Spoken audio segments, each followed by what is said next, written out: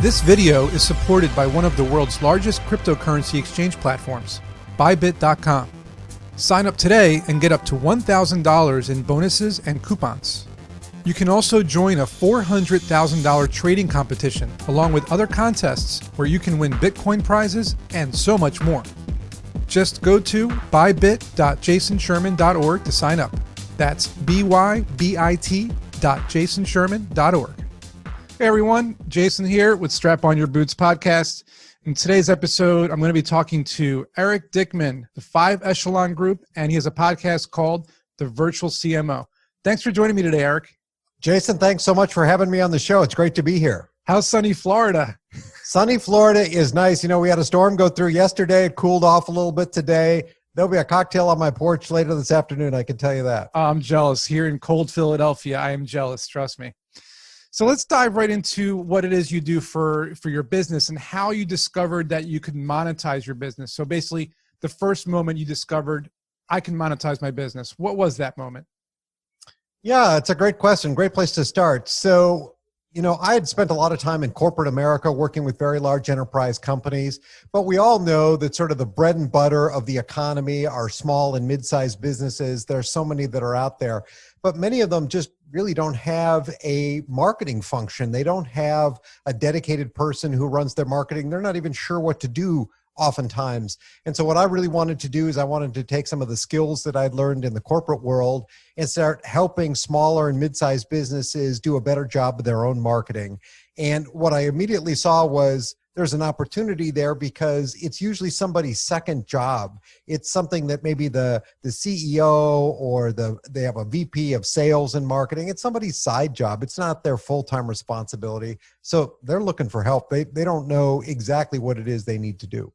Speaking of side jobs and figuring out how to kind of break that mold and get into a full-time position as an entrepreneur running a business, what are some of the things that you think entrepreneurs should look for when it comes to, again, like quitting their job and starting a business full-time? Or what are some of the things that you found helped you kind of, you know, get out of that situation and start doing your business full-time? You know, it's so interesting because I think people tend to fall in one of two camps. It's either the cold turkey camp where they decide one day, I'm no longer going to do the corporate thing. I'm going to go start my own business. And the other is a more methodical, planned approach that says, you know, next year I want to start my own business, so I'm going to start laying the foundation. I strongly advocate for the second. You know, building that foundation, getting ready for it really allows you to have the pieces in place to be successful kind of from day one, hit the ground running, so to speak. On the other hand, not everybody's able to do that. Sometimes, you know, there was a layoff, sometimes that there was a change in business factors, you just couldn't stand your boss, whatever it may be, and you're just forced into it. And sometimes that can propel you as well. So I've seen people be successful both ways, but if I had the choice, I would lay that foundation first before you jump into it.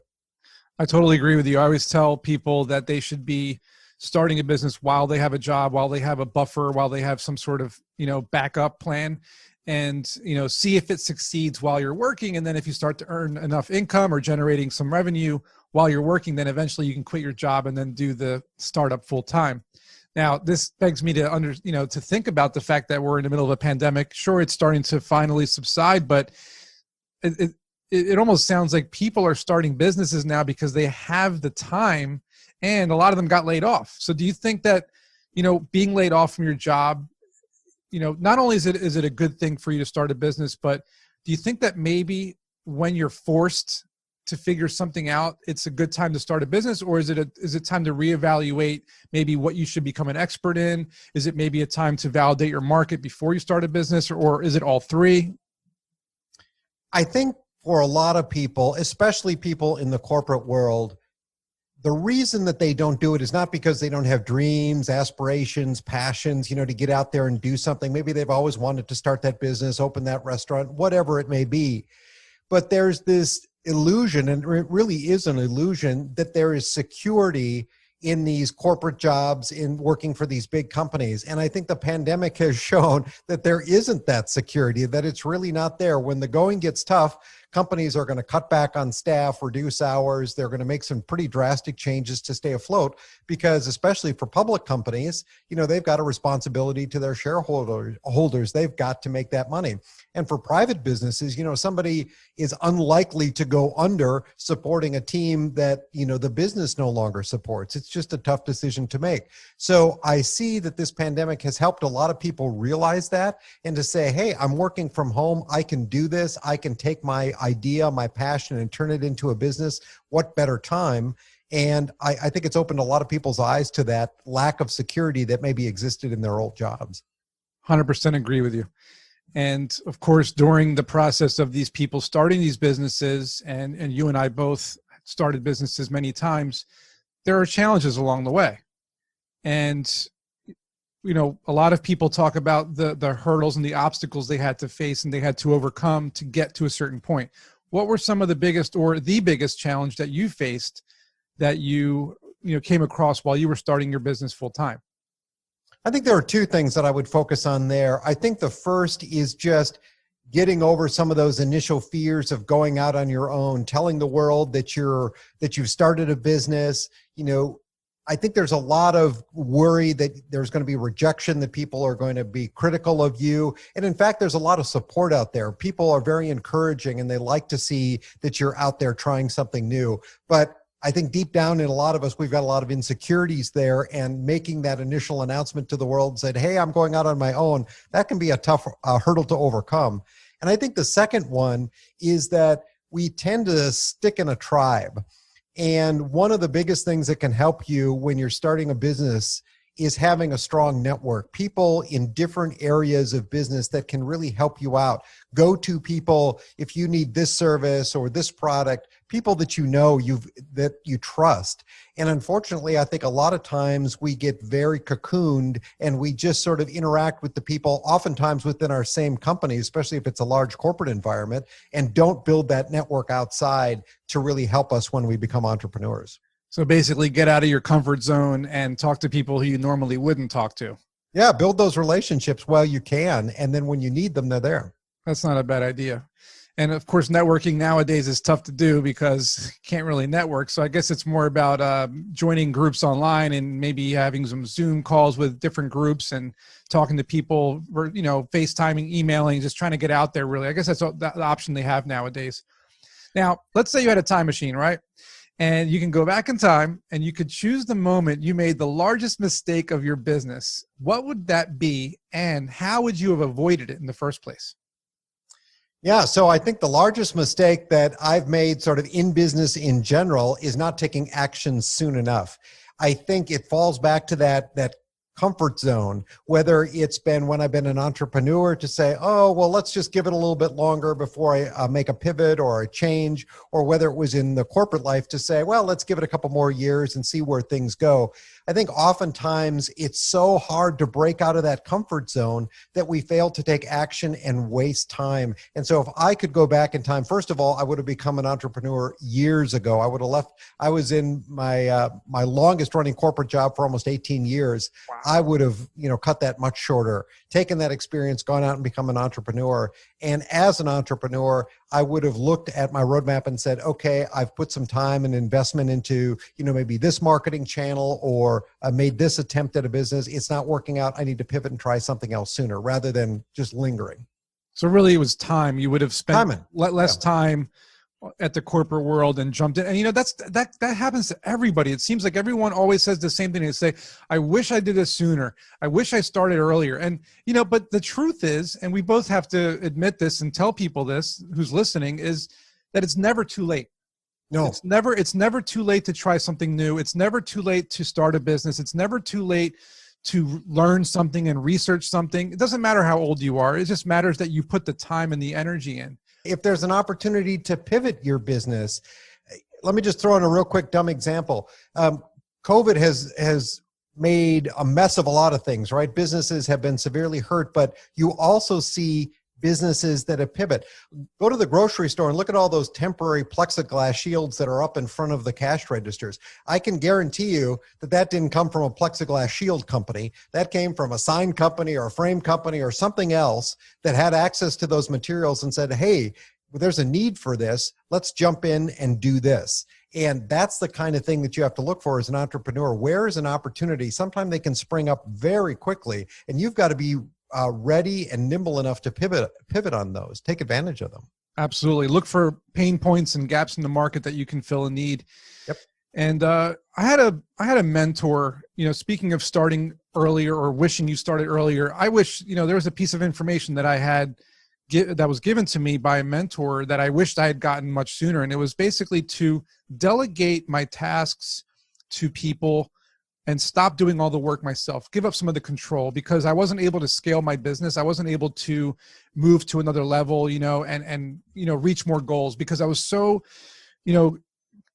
just focused on doing everything myself and keeping the control. So if I could give myself a piece of information, it'd be to go back and start delegating tasks. If you could give yourself a piece of information when you first started that would have helped you move quicker, be more successful faster, what would that information be?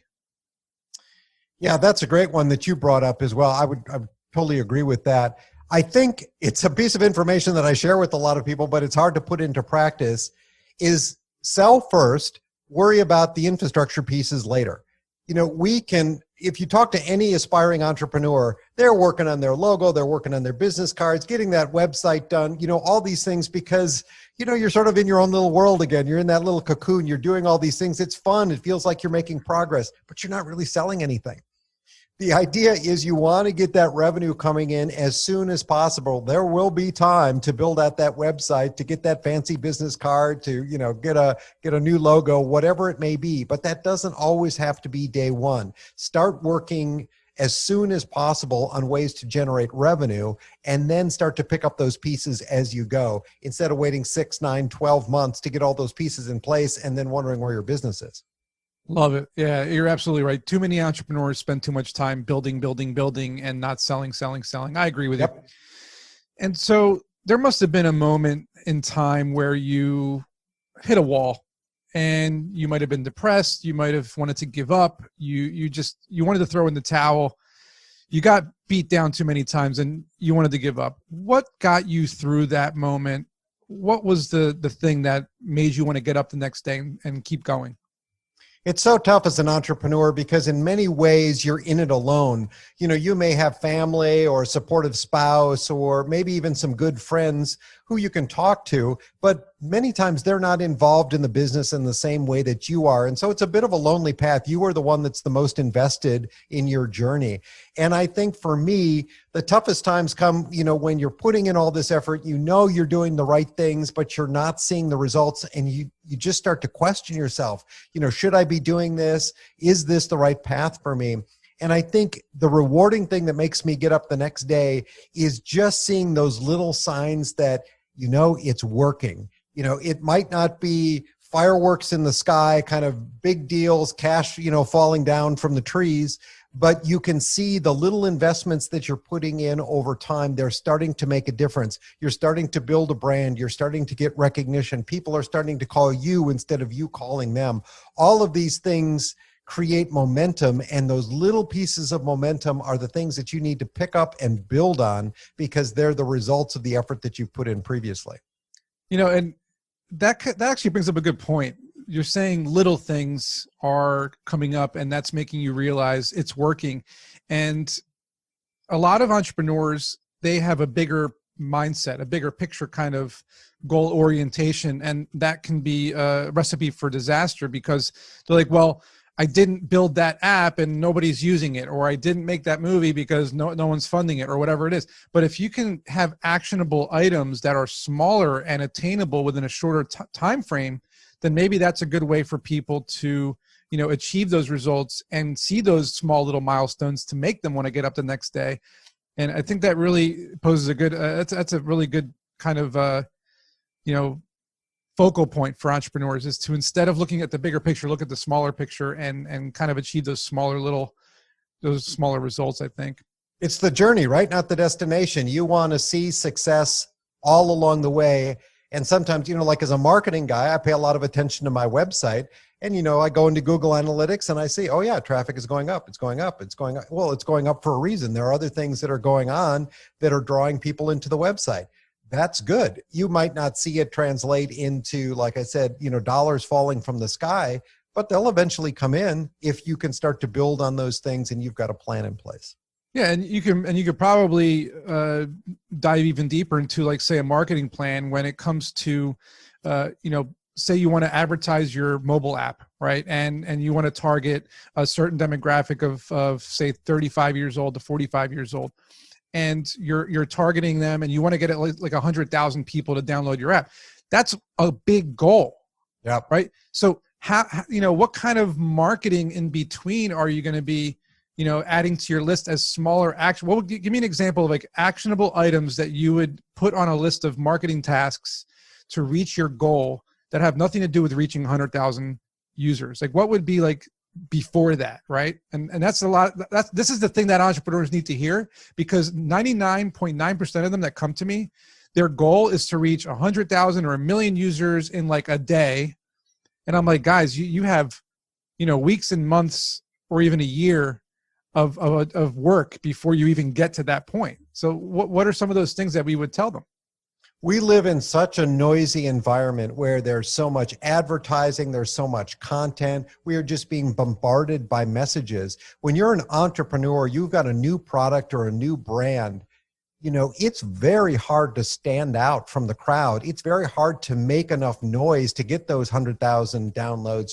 You have to build it slowly. And the best way to do that is to focus on a very narrow targeted niche where you can put your maximum effort, because you're not going to have this huge budget to go after the market as a whole. So you've got to be very specific, very focused. And then you try to figure out, what can I do? Can I talk to some journalists maybe in the space that cover that? See if maybe they'll make a mention of it. Can I get on some podcasts? Can I do some blogging? Can I get on some Clubhouse channels or other places where I can talk about what I'm doing? And slowly but surely, you'll start to raise the visibility. People will start to have questions, and you'll start to build that awareness, and it begins to steamroll over time. But if you try to blanket the market all at once and try to get, downloads from everywhere, it's too hard. There's too much noise out there. It's too expensive.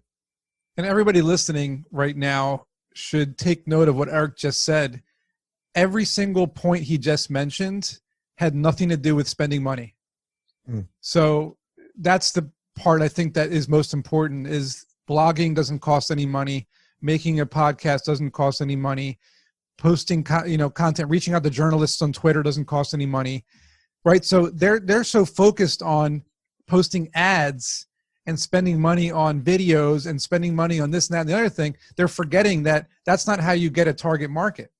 That's how you advertise to a global market, but to really hone in on a niche market, like you mentioned, you really got to figure out who they are first. And by doing that is everything you mentioned. Let them come to you through content generation. And make a plan, right? If you're just doing the stuff off the cuff, off the top of your head, it's very hard to be successful at it. You can read the table of contents of a book and get the general idea of it, but it's the nuance, right? It's the little details that are buried in the paragraphs and the chapters that you won't get by just taking that high level view. And sometimes what you really need to do is build out that detailed plan, understand your target market, understand your ideal customer, and then how you can go after very specifically to reach them. Now, something that a lot of people seem to struggle with when it comes to running a business is working with others, whether it's employees or co-founders. I mean, look at what happened with the social network, Facebook, that was a huge, debacle. And I've faced that myself. I've had lots of arguments with co-founders. I've had to part ways with a lot of people I worked with. What about you when it comes to managing employees or working with co-founders or partners? What are the ups and downs? What is it easy? Is it hard? What have you found as to be the challenges? That kind of thing. Well, like many who are in the entrepreneurial space, I'm a bit of a perfectionist. So like you were talking about before, delegating things can sometimes be a challenge because there's a way that I like to see it done. And if it's not done just that way, then I feel like I've got to get in and do it, which kind of defeats the purpose of delegation. So part of it is just relaxing a little bit and saying it doesn't always have to be your way. The old saying, opinions are like belly buttons. Everybody's got one. Yours isn't necessarily right. It's just a way of doing something. So giving teams the freedom to try different things, to experiment, maybe do it in a little bit different way than you had envisioned, and see how it goes. And then I would say the second part of that would be find people who can augment areas that you're already strong. So if you're a technical guy but not a creative guy, bring in some creative people to sort of help you offset those areas where you're weak and become stronger as a team than anyone as an individual. If you bring a lot of clones of yourself in, that's a recipe for friction, I think, because then everybody is strongly passionate about the very same things, and you're going to end up with some conflict. I agree 100%. I can't even add on to anything because I would say the same exact thing.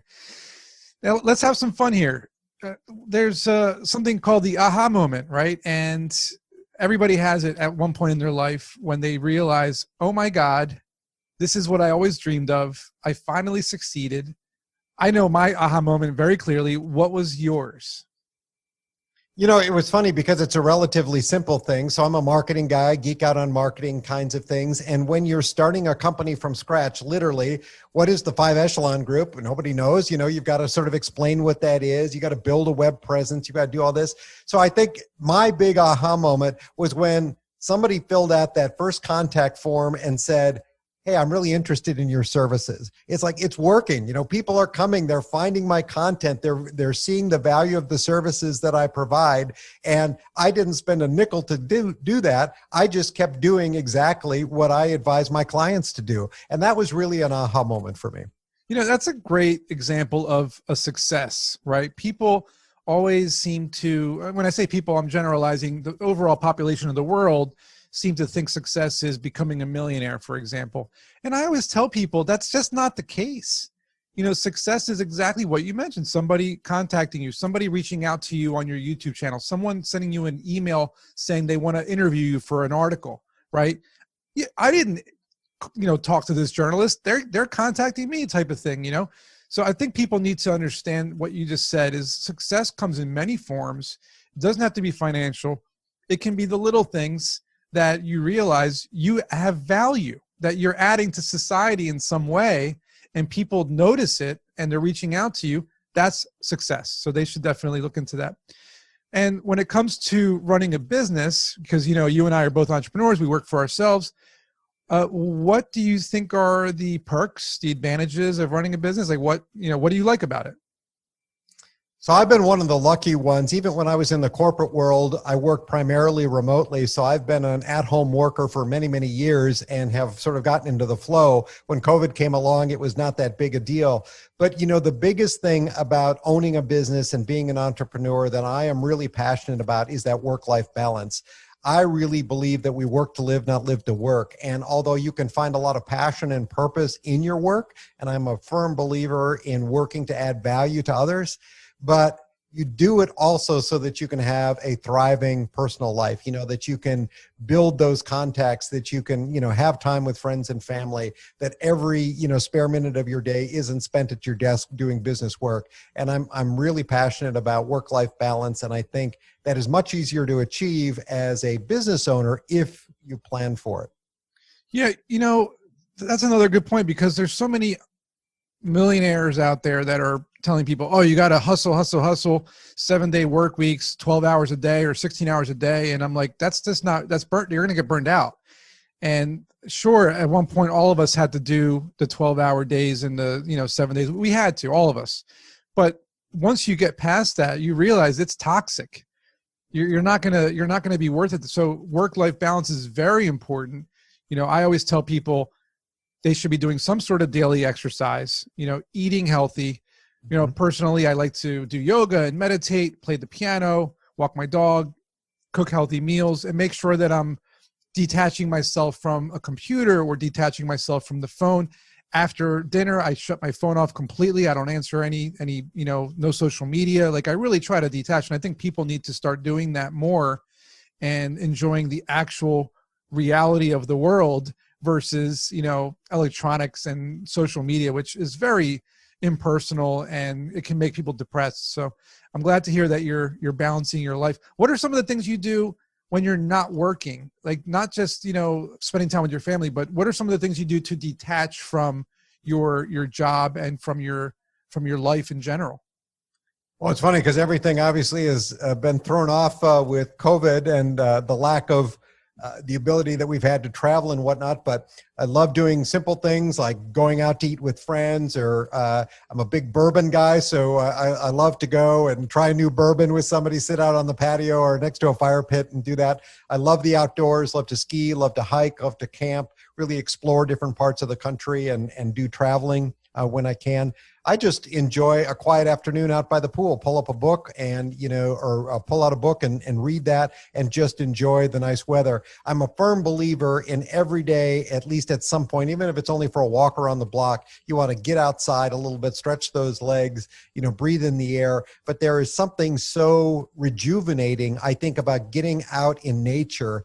I'm a guy, so I like fire, right? But I'm amazed how you can sit by a campfire, poke it with a stick for hours on end, and there is just something incredibly soothing and enjoyable about that. While you listen to the crickets chirp and the pine logs pop, there's just something about that just refreshes you.